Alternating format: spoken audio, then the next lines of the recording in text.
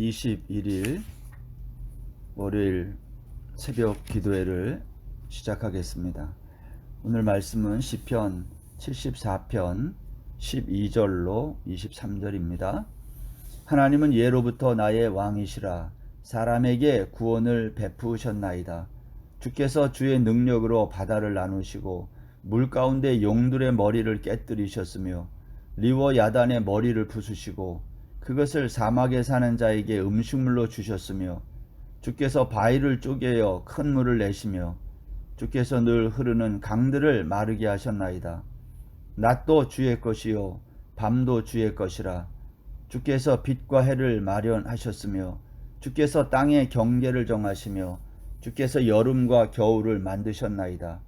여호와여 이것을 기억하소서. 원수가 주를 비방하며 우매한 백성이 주의 이름을 능욕하였나이다.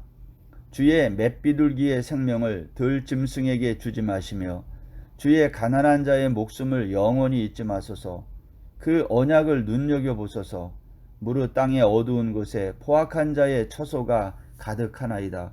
학대받은 자가 부끄러이 돌아가게 하지 마시고 가난한 자와 궁핍한 자가 주의 이름을 찬송하게 하소서.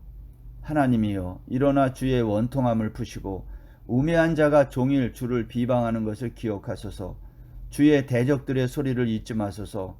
일어나 주께 항거하는 자의 떠드는 소리가 항상 주께 상달되나이다. 아멘.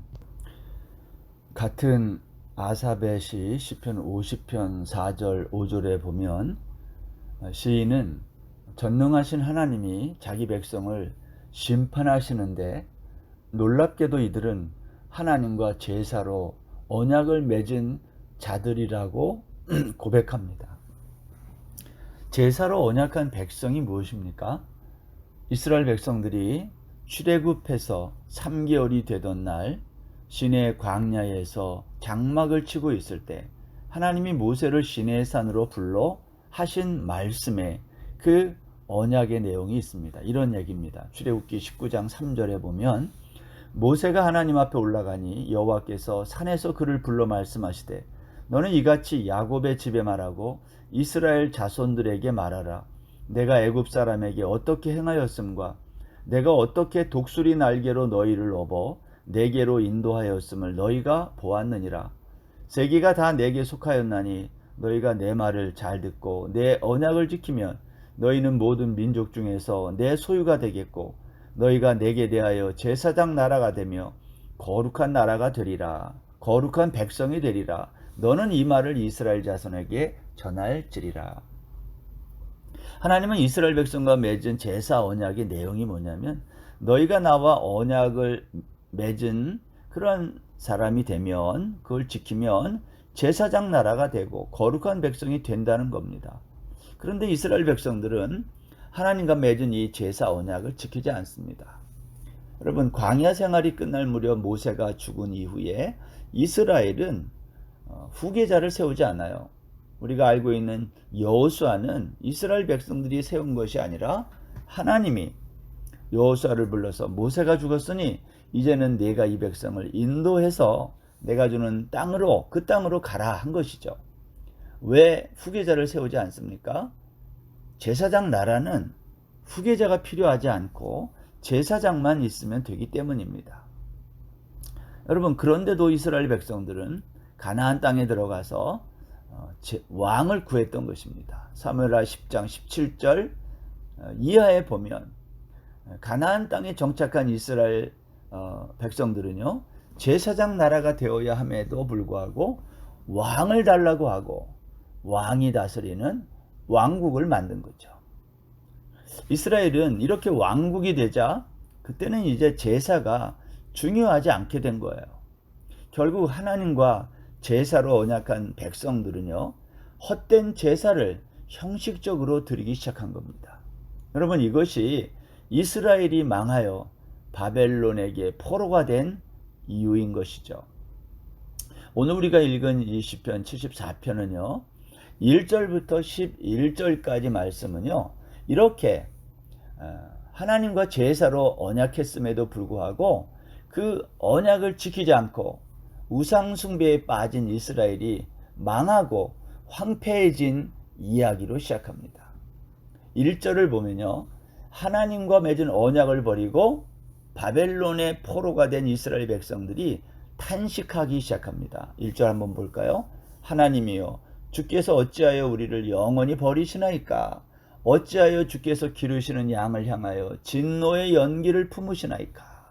어찌하여 하면서 이스라엘 백성들의 탄식이 시작됩니다. 어찌해서 주의 성소에서 원수들이 악을 행하도록 하십니까? 어찌하여 원수들이 주의 성소를 불태우고 회당을 불사르게 합니까? 여러분, 이렇게 주의 성소가 불탄 것이 탄식의 이유이지만 더 큰 이유가 있어요. 그게 무엇입니까?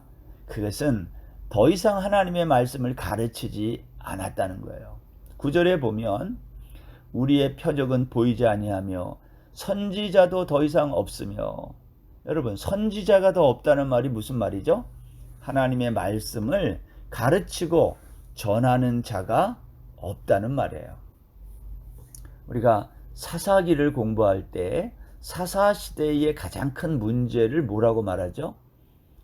나라를 이방인으로부터 구하는 사사는 있었지만 사사시대에 말씀을 가르치는 레위인이 없었다는 거예요. 레위인이 있긴 있지만 하나님의 말씀을 가르치는 진정한 레위인이 없었다는 거죠.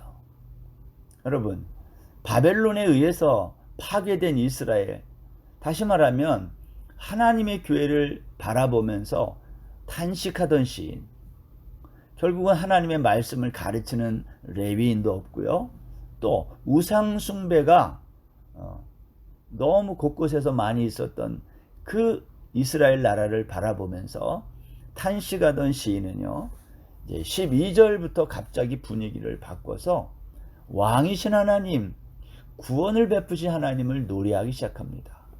여러분, 12절부터가 이 분위기가 바뀌는데요, 이렇게 돼 있어요. 하나님은 예로부터 나의 왕이시라. 사람에게 구원을 베푸셨나이다. 어찌하여 하면서 탄식하던 시인은 갑자기 하나님은 옛부터 나의 왕이시며 사람에게 구원을 베푸셨습니다. 시인은 하나님을 찬송하는데요, 하나님의 구원 역사에 초점을 다시 맞추고 있어요. 특별히 출애굽 이야기와 창조 이야기를 통해서 하나님의 구원을 말하는 거죠.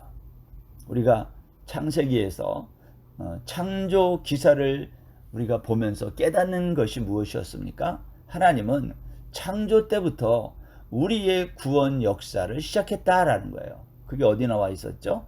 바다를 나누신 것, 궁창 위의 물과 궁창 아래의 물을 나누시고, 또 궁창 아래의 물을 바다와 육지로 나누시는 하나님, 이것을 우리가 구원이라 그랬어요. 여러분, 출애굽해서 광야에서 바위를 쪼개어 물을 낸 것 역시 구원 역사라고 했습니다.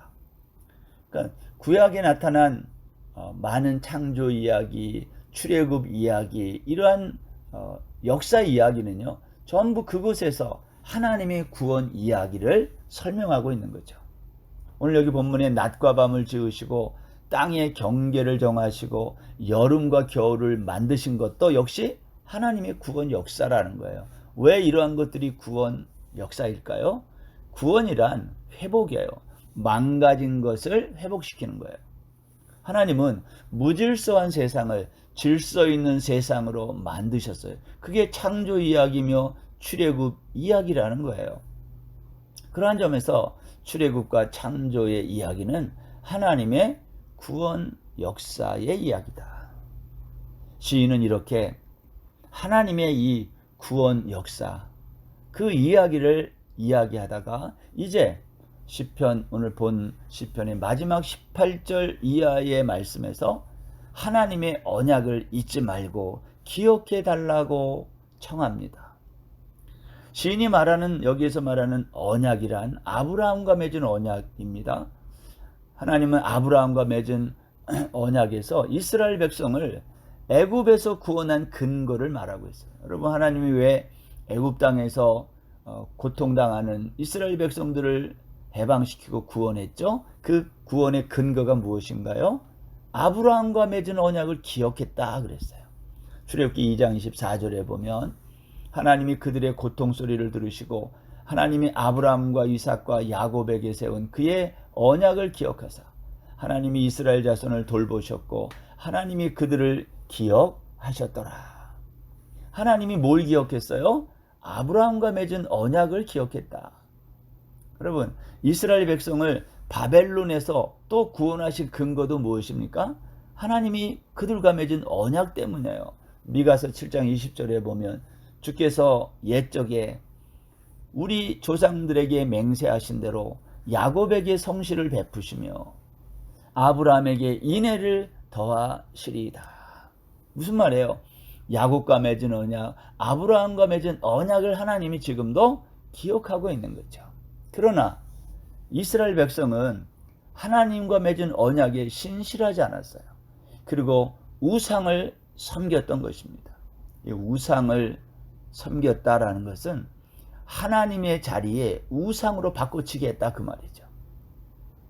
오늘 보면 21절 이하에 가보면 이제 시인은 학대받은 자, 가난한 자, 궁핍한 자, 우매한 자로 대표되는 주의 대적자들을 대조하면서 하나님 일어나 이것을 기억해달라고 청원합니다. 하나님은 오늘도 주의 대적자들의 외치는 소리, 우매한 소리, 이러한 것들과 가난하고 궁핍한 자들이 부르는 주의 이름을 찬송하는 소리를 기억하시는 거예요. 비록 우리가 하나님으로부터 버림받은 일이 놀랍고 충격적인 일이지만 하나님은 아브라함과 맺은 언약을 기억하시고 우리를 다시 구원으로 이끄시는 분이십니다. 오늘 아삽은요, 이 시인은 그 하나님, 영원한 왕이 되어 우리에게 구원을 베푸시고 언약을 지키시는 그 하나님을 찬양하고 있는 거예요. 사랑하는 성도 여러분, 우리가 때로는 이스라엘 백성들이 애굽의 노예로 고통받는 것처럼 아니면 바벨론의 포로로 잡혀가서 그렇게 우리가 오랫동안 노예 생활을 하는 고단한 인생을 살 때에도 하나님은 우리와 맺은 언약을 잊지 않고 기억하신다는 거예요. 하나님 어찌하여 우리와 맺은 언약을 잊으셨습니까? 왜 우리를 버리셨습니까? 이렇게 말하는 것은 하나님을 잘 모르는 거예요. 하나님은 지금도 잠잠히 우리를 바라보시면서 우리와 맺은 그 언약을 기억하시고 우리를 구원하시고 회복하시는 우리의 왕이시다는 거예요. 그 하나님의 왕 되심, 구원을 베푸심을 찬양하는 오늘 하루 되시기를 간절히 바랍니다. 기도하겠습니다. 하나님 아버지, 우리가 오늘 시편 74편을 통해서 언약을 기억하시고 우리의 왕이 되주시고 우리에게 구원을 베푸시는 하나님을 생각했습니다. 하나님, 때로는 세상은 우매한 소리, 또 어리석은 소리로 우리를 힘들게 하고 또 우리를 대적할 때가 있습니다. 그때마다 하나님, 주의 언약을 기억하고 또 주님을 바라보며 우리가 하나님 앞에 우리와 맺은 언약을 잊지 않고 늘 하나님만을 바라는 영원한 왕이 되신 주님의 구원을 바라보는 저희들 하루, 또 그 하나님을 찬양하는 저희들 되게 하여 주옵소서. 감사하며 예수님의 이름으로 기도드립니다. 아멘. 오늘 하루도 평안한 날 되십시오.